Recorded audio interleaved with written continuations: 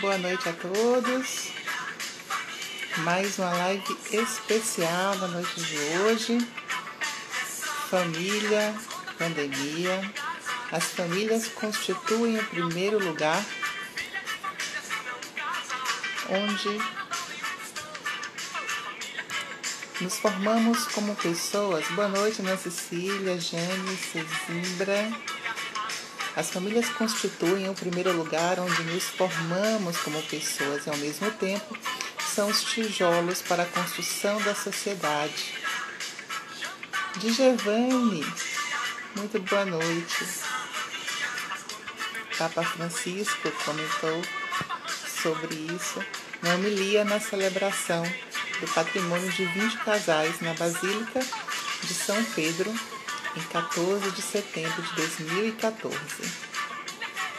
Muito boa noite a vocês todos que estão chegando. Carlos Augusto, Padre Fred, Rosilda, Ana Lúcia, muito boa noite.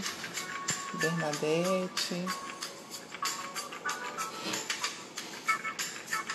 Hoje o nosso convidado é uma pessoa muito especial, afinal de contas, para falar sobre esse assunto. Rosalina, muito boa noite. Éder, muito boa noite. Isso, por favor, mande aviãozinho se achar que tem pessoas que possam se interessar por esse assunto.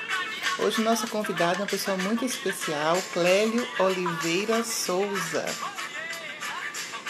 Nosso convidado já chegou, vou chamá-lo, só um minuto. Clélio Oliveira aqui. O senhor Clélio Oliveira Souza, ele é casado há 48 anos, 2 filhos, 4 netos. Há 32 anos, ele atua na Cesta de Paz do Brasil, onde ele forma um casal presidente. Já atuou como casal presidente nas gestões 2000, 2002 e 2015, 2019. Atualmente, ele é delegado regional na Escola de Paz do Brasil para o estado da Bahia. Profissionalmente, engenheiro mecânico, nas funções de gerente de projetos, como gerente de engenharia e diretor. Sabemos que a família ela é a base, né? Quando se trata de família, sempre estou muito interessada. Obrigada, Padre Fred. Ela é a base, é onde a gente aprende, onde a gente desenvolve nossas habilidades, nossas competências para ir para o mundo. E com essa grande crise, muitas coisas precisaram ser revistas, né? As crises fazem com que isso aconteça. Deixa eu ver aqui, o Clélio está pronto. Ele vai entrar agora. E aí a Escola de Paz do Brasil, ela é uma instituição não governamental, está no Brasil inteiro, promove, desenvolve estudos, dinâmicas, discussões a respeito dessa pauta, e é super pertinente uma pessoa que é pai e que está em convivência com outros pais. Afinal de contas, a gente não nasce sabendo ser pai e mãe, para tratar desse assunto, né? Nós já enfrentamos, né? Eu sou filha, sou mãe, e eu enfrento diariamente os desafios da construção de núcleo familiar. E com essa grande crise, esses desafios se tornaram ainda mais prementes. Imagine isso em todos os níveis sociais, com as dificuldades que existem no nosso país, né? Muito boa noite a todos vocês que estão entrando. Como é que vocês têm visto os desafios da família com a pandemia? Acredito que todos vocês né, têm filhos, ou se não têm filhos, conhecem pessoas que possuem filhos. Como vocês estão lidando? Tem alguma dificuldade ou alguma situação inusitada que possa compartilhar enquanto o Clélio está entrando com a gente? Para já nós aquecermos as discussões.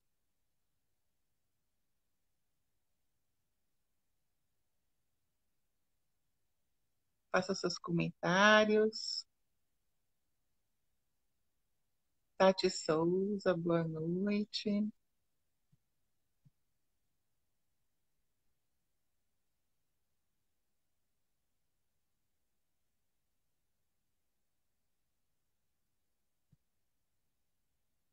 Francisco, muito boa noite.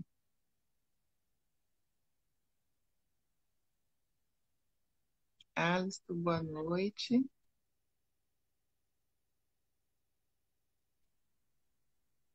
Estamos com alguma dificuldade, Clélio.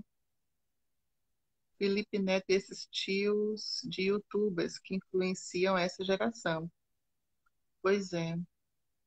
A gente tem visto muito essa questão, né, do Felipe Neto, que tem agora direcionado para uma... surgiu um probleminha no meu Instagram, estou resolvendo, ok. O Felipe Neto tem se direcionado para... Está se posicionando politicamente, mas o que eu ouço de mães e pais em relação ao passado, a pandemia me trouxe muitas coisas novas. Desenvolvi a culinária, o artesanato, que nunca tive interesse. Rosilda, isso é verdade. Muitas pessoas têm desenvolvido, têm iniciado ou já iniciaram diversas competências. Tiraram carta na manga e estão prometendo fazer coisas que antes adiavam. Estão esperando, inclusive, o fim da pandemia para não mais adiá-las. Também espero, padre. As crianças não brincam mais, só querem saber de jogar no celular. E a pandemia fez isso, né? As aulas dentro de casa foi um processo que mudou completamente a dinâmica familiar, impôs às famílias, Nilza, muito boa noite, um processo de adaptação completamente inusitado. Eu estou achando bom no sentido, tipo assim, mais tranquilo. Imagine as mães que agora precisam retornar aos trabalhos físicos, né? Aos seus ambientes profissionais e que não possuem creche para deixar os seus filhos. Eu ainda não tenho uma resposta para dar. Essa é uma questão. Dos senhores possuem uma ideia, porque a gente está passando, a gente está saindo, né, da curva, né, do pico em algumas regiões. Ana Lúcia coloca, inclusive, a competência de conhecer e usar o Instagram. É verdade, Ana. Inclusive, Ana fez no Instagram, falou assim, Ana, você tem que entrar para poder assistir as minhas lives também. Vamos ver agora se a gente consegue. Acho que o Clélio vai entrar agora. Então, agora a gente tá, né, em algumas regiões, estabilizou a prevalência aí da pandemia. Vamos entrar na descida. Existe agora uma chamada, né, para o retorno ao trabalho em algumas empresas, mas as escolas continuam e com a sua devida indicação, promovendo a educação em casa e como fazer com os filhos, né? Será que a gente tem resposta para isso? O que vocês acham? Isso tem sido comentado, as adaptações, o suporte, né? Dos avós, dos tios, porque de fato. Mas assim, uma coisa é certa, estamos conseguindo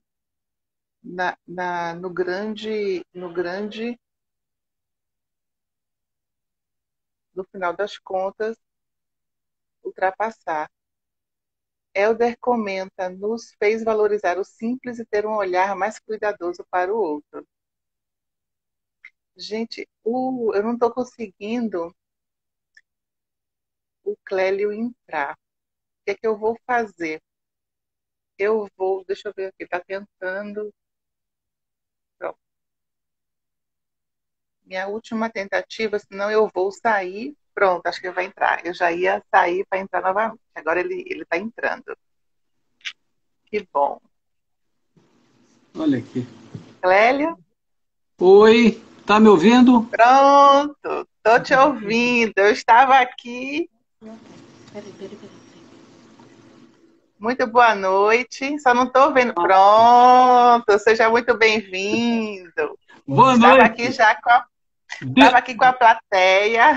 Deu Já um te probleminha apresentei. com a câmera do Instagram. Aí tive que correr atrás de Mas socorro. assim, já te apresentei, já comecei a falar das dificuldades, né? Falei um pouco das pessoas, das mulheres, inclusive, que já têm que começar a voltar para o trabalho em algumas empresas, né? E, enfim, já se jogue, né? Que a gente já está aí com as pessoas ansiosas participando. E, enfim, a pandemia chegou chegando e a família precisando se adaptar.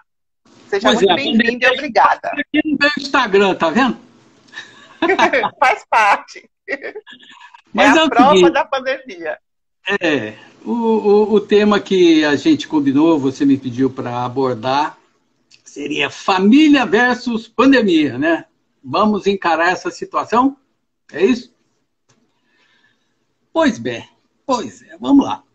Por que falar família versus pandemia? Essa pandemia, gente, criou assim algo inesperado para governos, para as instituições, para as empresas, para as famílias. Ninguém teve tempo de planejar as coisas. A vida de todos gerou assim uma tremenda confusão, né? Uma verdadeira guerra de adaptação a novas situações em todos os campos, o campo profissional, o campo social, o campo familiar. E eu diria que alguns dados justificam isso aí. Primeiro, vamos falar assim, escolas. Só isso aí já é um grande problema, né? Escolas, shopping centers, eventos artísticos, eventos esportivos, centros de lazer, diversas empresas, consultórios, clínicas de saúde, tudo fechado há mais de 4 meses. Isso é uma verdadeira revolução nas rotinas de todo mundo. Meio mundo alvoroçado com essa situação. O que a gente poderia citar assim como causa disso? Vamos imaginar crianças que não estão indo à escola. O ensino tem sido virtual em casa. Como é que fica isso? Alguém já teve essa experiência anterior? E quando a gente olha para o lado dos pais, muitos profissionais deixaram de ir para o trabalho lá na empresa, lá na fábrica, lá na loja, e estão em casa em home working. Aqueles que têm essa possibilidade, aqueles que tiveram essa sorte, porque muitos, infelizmente, ficaram sem trabalho. Muitos desempregados, muitos sem clientes, muitos sem oportunidades de trazer o sustento para casa. E tem também a questão dos idosos, né? Olha eu aqui. A situação dos idosos que requerem assim uma proteção especial, porque são grupos de risco. A consequência dessa situação é uma crise aberta. E o que isso traz? Traz a necessidade de mudança de hábitos, adaptação dos padrões de tolerância individual no convívio em casa, as famílias. As rotinas mudaram, as situações são diferentes, ninguém estava preparado para isso, ninguém planejou, de repente está todo mundo no mesmo abacaxi, a mesma tempestade. É uma convivência inusitada, com diversos níveis, diversas situações de estresse. E Qual seria a solução? Mas aí tem até uma pergunta falando assim, tem um comentário do Djavani. Como podemos acolher nossos filhos diante da ansiedade e insegurança que este momento gera em nosso convívio? Aí entra a sabedoria de pai que é adquirida, de pai e mãe que é adquirida desde que os filhos nascem. Se a gente conhece os nossos filhos, se a gente cuidou deles desde o início, a gente vai saber encontrar os caminhos de convivência sadia, saudável, paciente. A gente vai encontrar. E a gente vai abordar isso aqui com bastante detalhe aqui hoje. Pode ficar tranquilo. Quais seriam assim, as soluções que a gente encontraria? Olha, geralmente eu diria que a melhor solução de qualquer problema é eliminar a causa do problema. Mas esse é um problemão gigantesco, que é impossível eliminar a causa. Nós temos aí um vírus que é minúsculo, que trouxe um problemão monstruoso. Então, o que a gente pode fazer? A gente tem que repensar a vida, tem que sossegar o espírito para encontrar cada um a sua solução, o seu jeitinho, aquele jeitinho brasileiro para resolver todas as situações. Então, o casal precisa parar, dividir as responsabilidades. Alguém, afinal, tem que monitorar e ajudar as crianças no EAD, né? Ensino à distância não é assim uma coisa que estava mastigado para todo mundo. O casal também vai ter que repensar a questão da divisão do trabalho, o tempo de dedicação à casa. Eu, por exemplo, já estou doutor em lavar panela. Eu já me doutorei no assunto. O home working, para quem tem, né? Para quem tem essa possibilidade, tem que combinar com os idosos também um padrão adequado de convivência. Porque imagina situações em que os pais do casal, os avós, são muito apegados às crianças. Imagina o sofrimento de ter que ficar distante. Muitas vezes a mãe ou o pai de algum do casal, de um dos cônjuges, vive junto. De repente, ele tem que ficar mais isolado. Esse distanciamento social que o pessoal está chamando é muito sofrimento, tanto para as crianças quanto para os idosos. Eu diria, pensando no meu lado, mais para os idosos. Está difícil.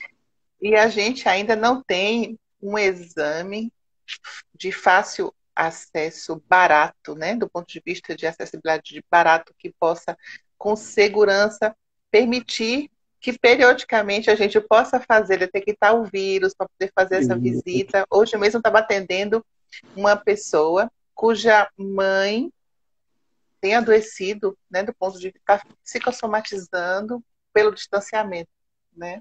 A ausência desse contato com os familiares tem feito muito sofrimento, né?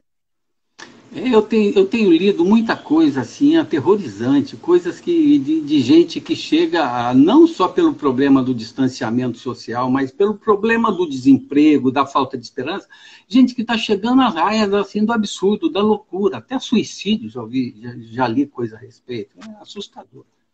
Mas sobre esse problema, eu gostaria de aproveitar que a Escola de Pais do Brasil, que eu represento aqui na Bahia, sou um dos responsáveis pela Escola de Pais aqui, está promovendo, através das seccionais do estado de Santa Catarina, um círculo de pais à distância.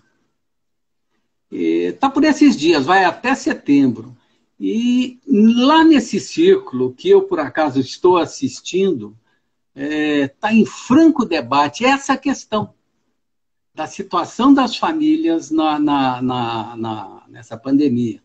E eu gostaria de trazer aqui alguns pontos desses debates que acontecem lá, em que pais, mães e educadores estão debatendo assim, francamente, com pérolas preciosas que eu gostaria de expor aqui.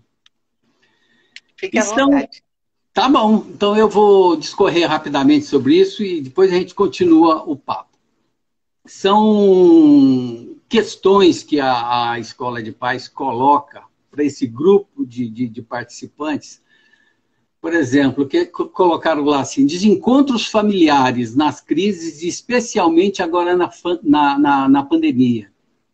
Eu diria, eu fiz assim uma coletânea de exemplos de alguns fantasmas dessa crise, que formam assim um grande círculo vicioso. Elementos como, vamos lá, o medo. Medo de sofrer perdas.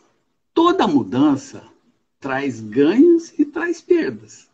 Só que é da natureza humana a gente valorizar mais as perdas, não é isso?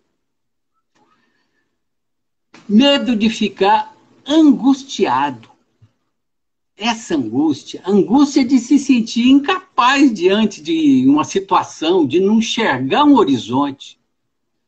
Medo dessa incerteza. Medo da doença, isso que você acabou de citar. Não só a doença do Covid, mas outras doenças que ficaram prejudicadas, que as pessoas estão com medo de buscar o hospital, o pronto-socorro, e se contaminar com esse tal de Covid-19. Eu não sei por que tem esse nome. Pois é, medo também da violência. As pessoas estão com medo da violência que pode exacerbar e determinadas fatias da sociedade não têm essa visão, mas a gente sabe que está ocorrendo desespero, né? E onde há desespero, muitas vezes a violência é consequência. E, finalmente, tem o medo de ter medo. Medo de ter medo.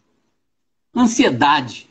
Pessoas ansiosas por uma saída, uma esperança. Todo mundo buscando esperança. Incerteza.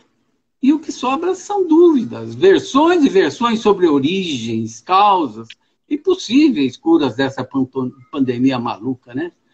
Mas tem também a falta da rotina. O habitual. As pessoas se assustam com um novo dia que começa sem um rumo definido. Acordem e para onde eu vou? O que vai ser minha vida? O que vai ser hoje? E a gente está entrando num mato sem cachorro, que não tem uma trilha aberta. É muito complicado isso. Então isso gera muita tristeza. O sentimento de perda do conforto daquele habitual desespera pensar no amanhã e não enxergar nada à frente. Isso leva à depressão, você bem sabe disso, você milita nessa área. Depressão com todas as consequências funestas que ela traz. E vai depender disso, do tamanho do barco, né? Porque a tempestade é a mesma para todo mundo, mas cada um tem um barquinho, menorzinho, maior, um navio. E tudo isso traz revolta, traz desespero. Então, algumas questões foram pontuadas por esses pais, mães, educadores, nesses debates do Círculo de Pais, e eu vou trazer alguns depoimentos aqui, maravilhosos. Uma mãe disse assim... Deixa eu só, antes de você falar depoimento, deixa eu só dar até uma explicação fisiológica, né? Do ponto de vista de todos esses medos que você citou, imagine que nós estamos frente a um leão, né? Só que esse leão, como você bem citou, ele é muito pequenininho e a gente não consegue visualizar. Mas, de fato, ele é gigante. E todas as vezes que a gente está de frente para um leão e que nos gera medo, ou a gente fica paralisado, tenso, contido, congela de medo, né? Muitas vezes a gente congela, frio, né? E muitas vezes alguém tem que chegar do nosso lado e dar um chacoalhão, né? Tipo, reaja, meu filho. Ou a gente, né? Foge. Só que com o coronavírus, com essa situação que está acontecendo no mundo, é assim, a impotência, né? De que se ficar, o bicho pega, se correr, aquela famosa... E isso gera um nível de estresse que nós não temos como lidar biologicamente. Então, essas consequências que você comentou, de tristeza, de depressão, de raiva, é natural. É uma reação na tentativa de sobreviver a esse nível de tensão. Porque alguma coisa vem uma onda, vem esse leão que vai passar 1, 2, 3 dias, mas eu vou conseguir escapar. Mas imagine, né, esse leão que não passa nunca. Então, o meu corpo tem que ficar gerando hormônios, né? Lembra do cortisol, né? Algumas pessoas devem saber, em níveis altíssimos. Então, por que o feminicídio acontece? Porque eu não estou justificando, tá? Porque eu explodo mais facilmente, porque eu fico mais irritada, porque eu estou com o meu nível de adrenalina muito lá em cima.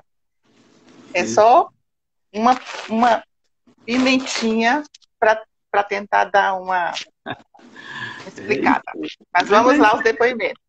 É isso aí. Mas lá, então, uma mãe colocou assim: hoje, nesse momento de pandemia, ficou bem claro como a tecnologia está presente e ausente nas realidades, principalmente na educação. Olha, parece um contrassenso, mas está correto. Porque a gente observa que as famílias assim mais bem aquinhoadas, da sorte aí, têm os filhos em escolas high-tech, né? Mas aquelas famílias que o filho está ali na escola pública de periferia. E aí? E para maior perversidade ainda, essas famílias é onde tem maior nível de desemprego, dificuldades. E aí tem que achar uma solução. A gente não pode desesperar, tem que achar uma solução racional. Então o casal tem que sentar e sossegar e vamos ver se acha. Outra trouxe o seguinte: como mãe, vejo a necessidade de estabelecer regras, combinados. Tem que buscar um equilíbrio. Tem de ensinar a usar a tecnologia de forma consciente. Há perigos, e muitos. E que a tecnologia é só mais uma ferramenta. Que as relações devem continuar sendo preservadas, incentivadas. Olha que lucidez, com tanto desespero, e a gente vê uma mãe com a lucidez assim. Realmente a tecnologia veio para ajudar muito, mas a gente não pode descambar assim para o uso indiscriminado, porque as crianças começam a substituir atividades de relacionamento com aquela fixação no joguinho, no EAD, e aí vai, né? Outra mãe trouxe uma seguinte informação: os excessos da tecnologia midiática prejudicam a formação dos filhos. E um educador colocou: há que analisar os ganhos e as perdas de oportunidades. Realmente há muitos ganhos, porque todo mundo está aprendendo. É uma oportunidade de resolver um problema aprendendo novas tecnologias. Tudo bem, mas infelizmente elas concorrem nessa situação de pandemia com a oportunidade que as pessoas teriam nas escolas, as crianças, de um melhor relacionamento social. O encontro com os amiguinhos, o crescer juntos, né? Isso é uma perda. Então a gente tem que balancear isso. Há ganhos e há perdas. Outra colocou lá: pesquisas estão sendo feitas sobre o tempo de tela para cada idade. E ainda não há conclusões seguras, definitivas. O que você me diz disso? Não é isso?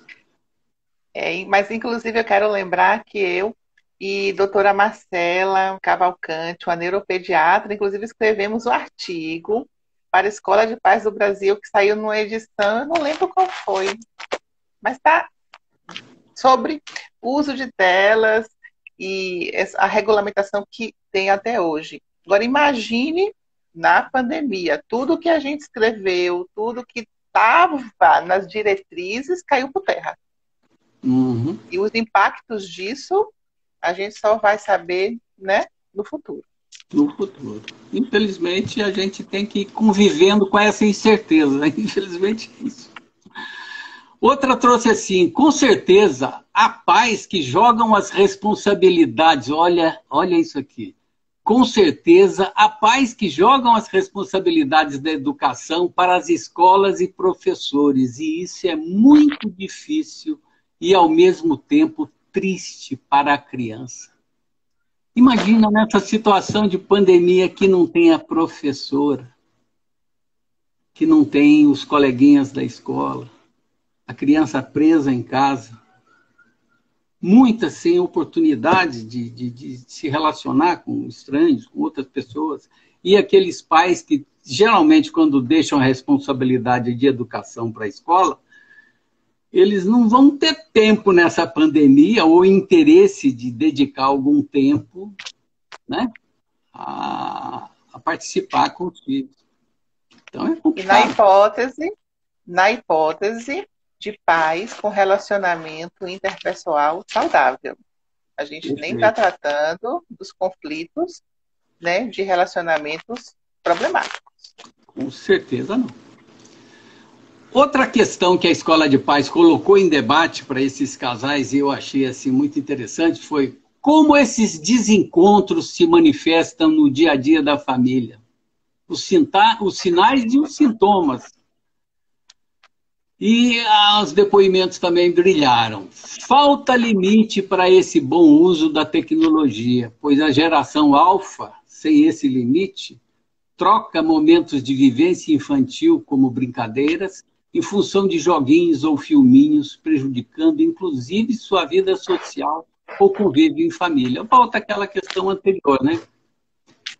Mas realmente isso é uma coisa que está acontecendo. Se não há limite, se as famílias não souberam treinar as crianças, ensinar as crianças que tudo na vida tem limite, vai ser complicada essa fase. Então tem que retomar essas lições do limite. Nilza está colocando que é um artigo que fala da síndrome da falta da natureza nas crianças. Realmente. Outra mãe trouxe assim: criança sem limites troca o dia pela noite, não quer participar das festividades em família, torna-se um estado vicioso, onde os pais terão muitas dificuldades de se corrigir no futuro. Realmente, essa é uma situação.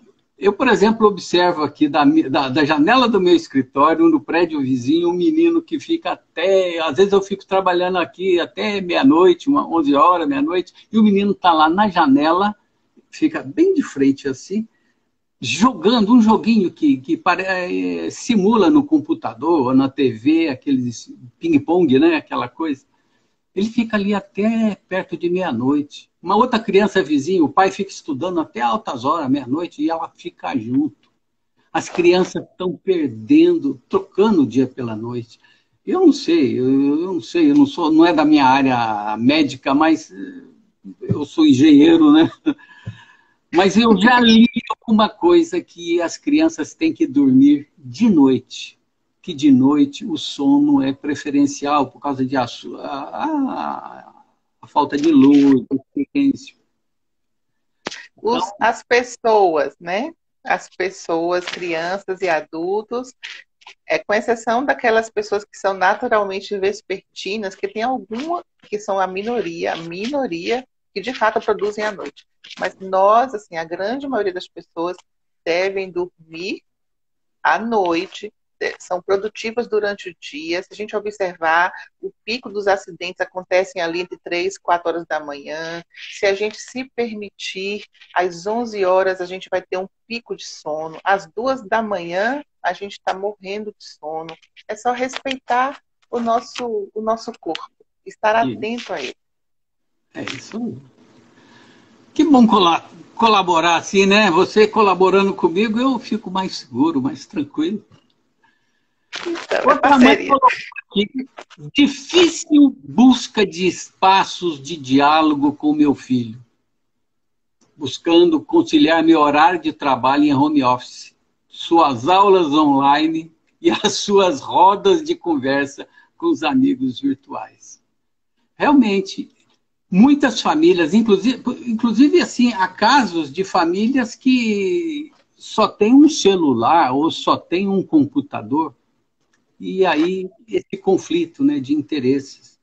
muitas vezes alguém vai ter que ceder, alguém tem que abrir mão, alguém tem que chegar a um consenso, né? Achar uma solução. E eu acho que isso as pessoas estão conseguindo. Eu tenho as pessoas que eu observo, com quem eu me relaciono, com quem eu converso, estão tirando de letra essa pandemia. Mas a Escola de Paz colocou outras questões. Botou em debate as causas dos desencontros na família. Bom, aí eu vou dar primeiro o meu ponto de vista, depois eu vou citar o que o pessoal trouxe. Eu botei, inclusive isso foi uma colaboração que eu dei no debate lá. No meu ponto de vista, os educadores, pais e professores têm tido sérias dificuldades em lidar com as próprias limitações, sejam de tempo disponível para si e para educar as crianças. Limitações de competência, de paciência e tolerância com as falhas próprias e dos outros, além da grande incerteza e insegurança que as consequências da família trazem no dia a dia. Então, a insegurança dos pais está trazendo a maior dificuldade. Agora, isso é perfeitamente explicável, né? Ninguém esperava uma situação dessa. Eu acho que nunca ninguém pensou que um dia teria uma pandemia como essa. Eu não estou aqui querendo entrar no mérito se é fundamentada, se é criada, não vem aqui essa questão. O fato posto estamos diante de um problema que nós não sabemos resolver. Aí fica um pandemônio, a pandemia vira um pandemônio. Uma pessoa colocou, sempre foi difícil acompanhar os filhos nas redes sociais. Não invadir o espaço de individualidade do filho é complicado. Como é que faz? Mas as famílias estão conseguindo chegar lá.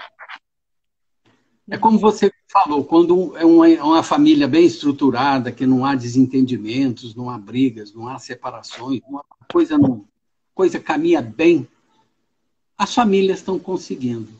Então, ou se existe comunicação, né? Ou mesmo que haja dissonância, isso é resolvido. Isso, vamos conversar.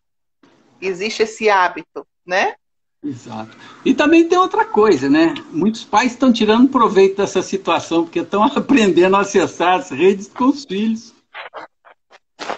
Nós aqui, por exemplo, socorro, minha netinha, vem cá me ajudar, como é que eu faço isso? Uhum. Muito comum. Outra coisa que foi colocada, né? Dificuldade de tempo. Em um mundo que é materialista, de forte poder de consumo, em que tudo é descartável, as pessoas se acostumaram mal a usar a cabeça para improvisar soluções, para buscar situações de... Eu fico imaginando, pensa só a seguinte situação, o mundo faltar energia elétrica uma semana. Pensou?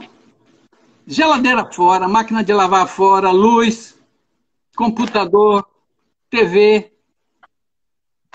Mas então, não vão sentir tanto, mas os mais novos vão entrar em pânico. No primeiro dia, no segundo dia. Mas é justamente o sofrimento, inclusive no trabalho, a psicodinâmica no trabalho, enfim, né? Aí chegou a saúde mental no trabalho, é o meu tema, né? A minha paixão. Mas é o sofrimento, é justamente o lidar com o trabalho, é o lidar com o desafio, que a gente tem dois caminhos. Ou a gente vai deprimir, ou a gente vai elaborar, vai desenvolver, vai acionar o nosso arsenal de criatividade para superar os desafios.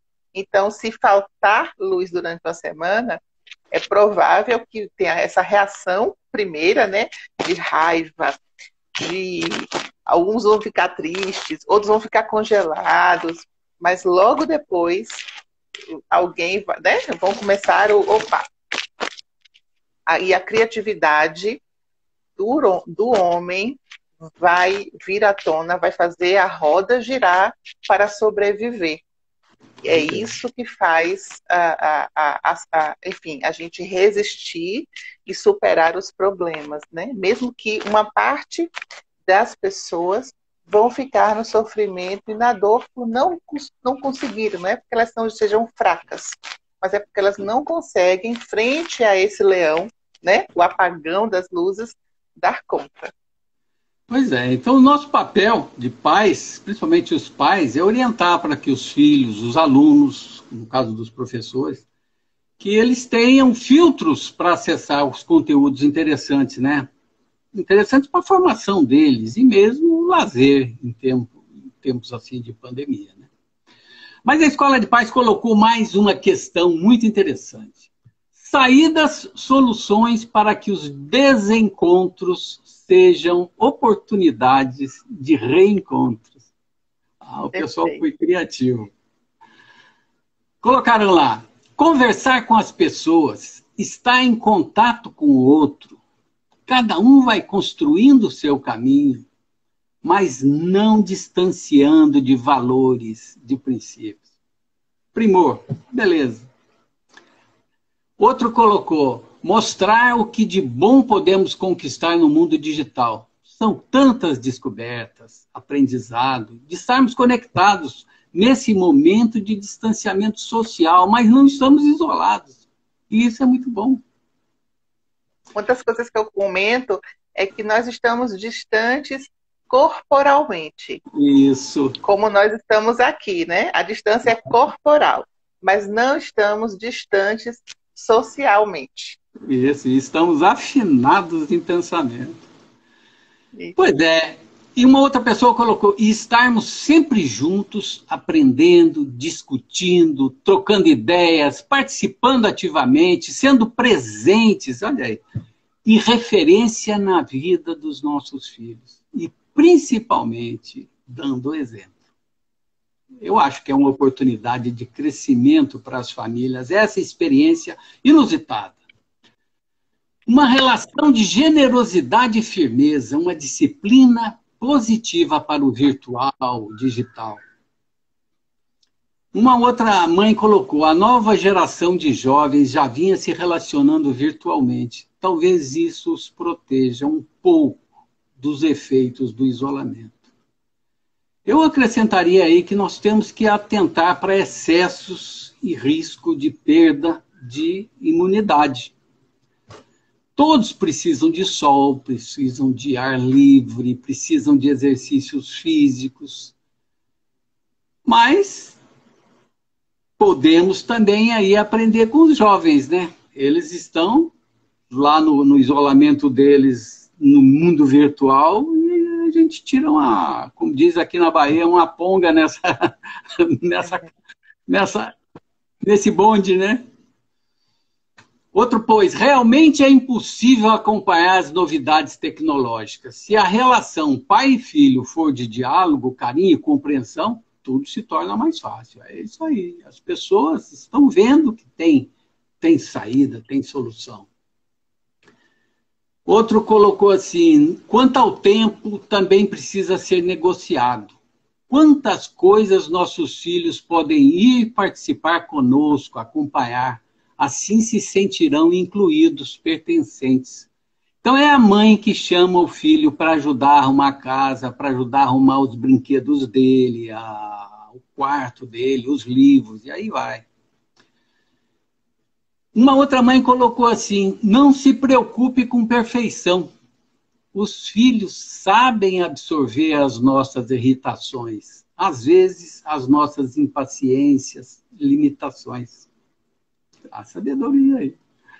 Lembrando que também podemos pedir desculpas quando refletirmos sobre algum erro que cometemos.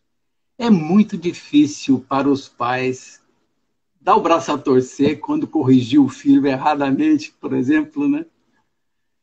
Mas isso é importante para os filhos observarem que também erramos, que somos humanos.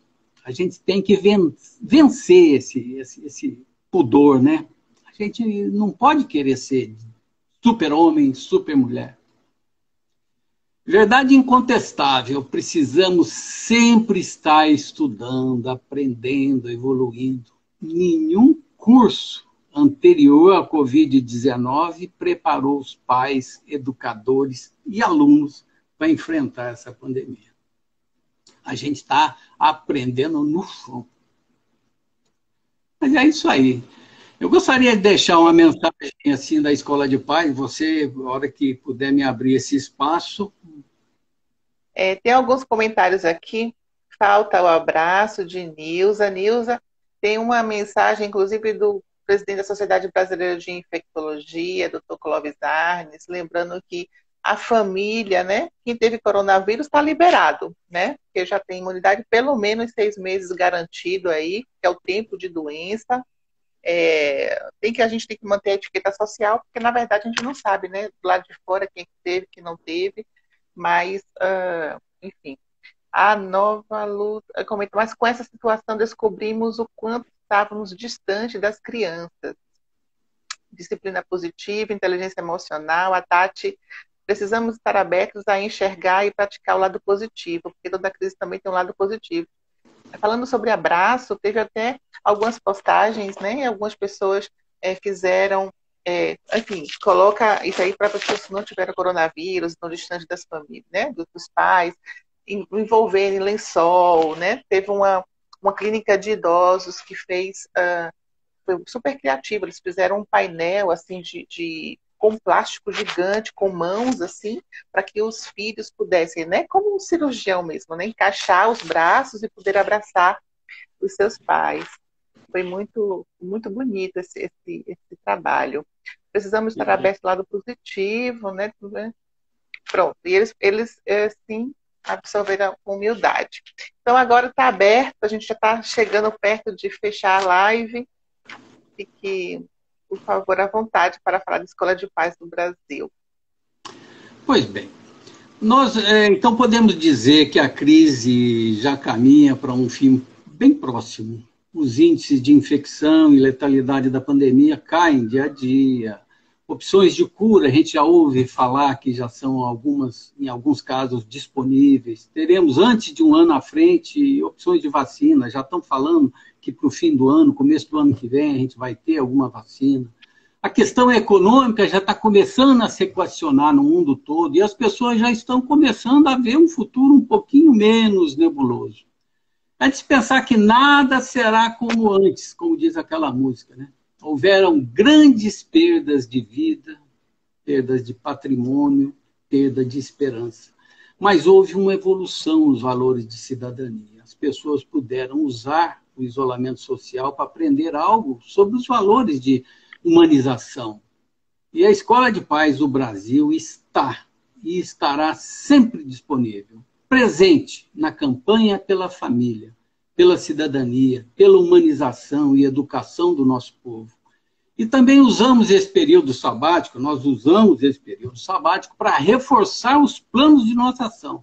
Com certeza, novidades virão. Todo o trabalho da Escola de Paz é fundado na solidariedade de voluntários, no amor à humanidade e em filhos melhores que deixaremos para o mundo. Na crônica É Assim que Acontece a Bondade, Rubem Alves disse: pois eu desejaria saber ensinar a solidariedade a quem nada sabe sobre ela. O mundo seria melhor. Mas como ensiná-la?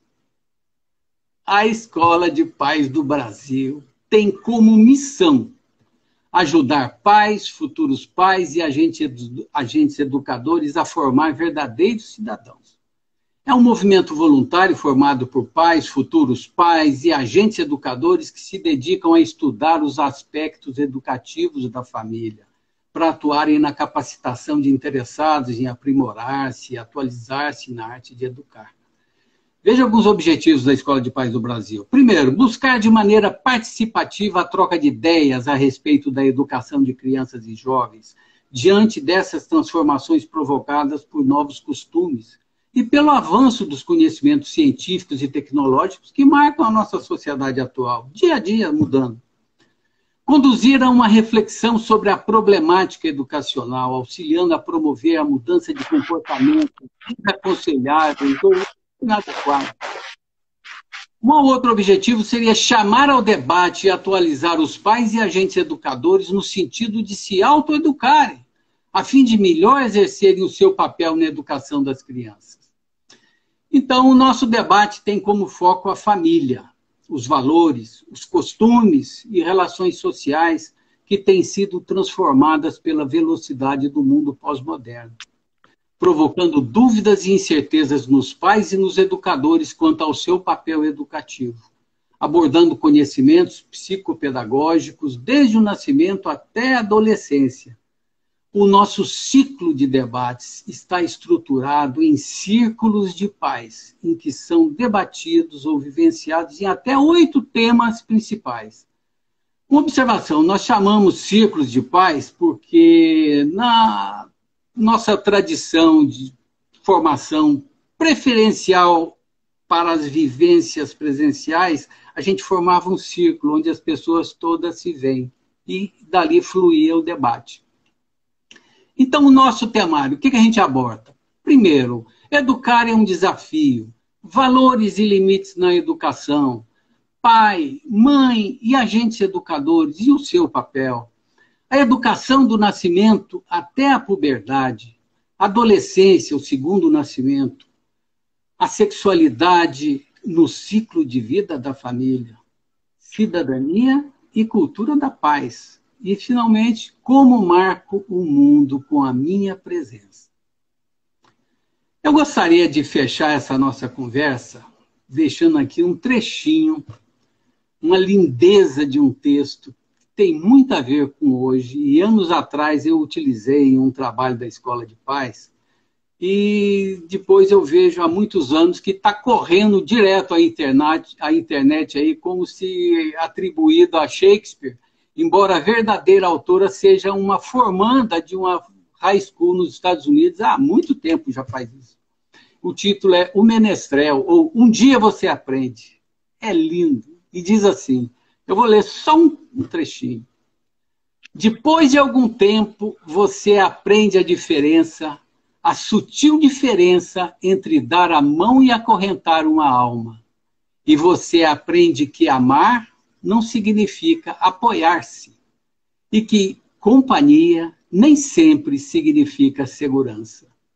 Começa a aprender que beijos não são contratos e que presentes não são promessas. Começa a aceitar suas derrotas com a cabeça erguida e olhos adiante, com a graça de um adulto e não com a tristeza de uma criança.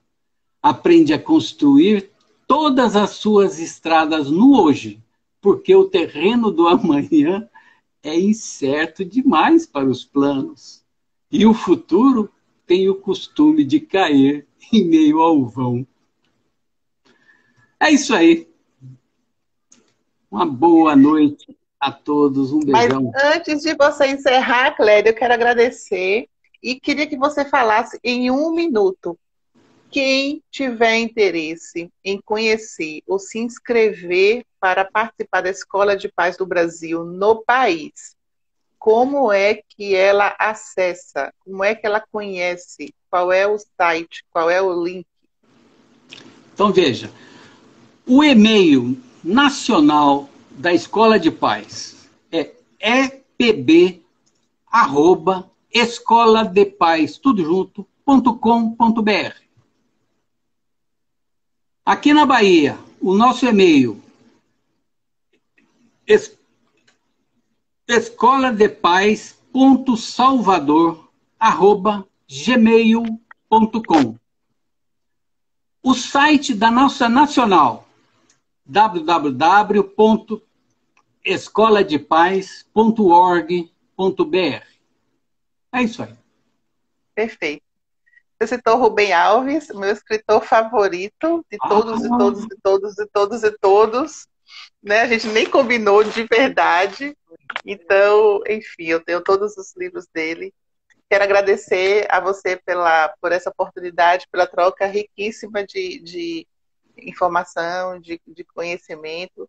Agradeço aos inúmeros comentários aí, tentei, né, enfim, consegui tentar dar conta de todos os comentários, e enfim, né, sucesso a você, a tua caminhada. Assassinato de Alagoinhas tem uma página no Facebook, verdade. Enfim, gente, quem desejar, a gente nos acompanhe. Se achar que essa live vai contribuir para a vida de outras pessoas, por favor, compartilhe. Vai estar salva essa live também. E, enfim, até uma próxima oportunidade. Você compartilha para mim. Com certeza, daqui a pouco. Vou baixar, tá bom? Ok. Um abraço. Falou, Boa noite um a todos. abraço. Um abraço a todos que nos ouviram. Tchau.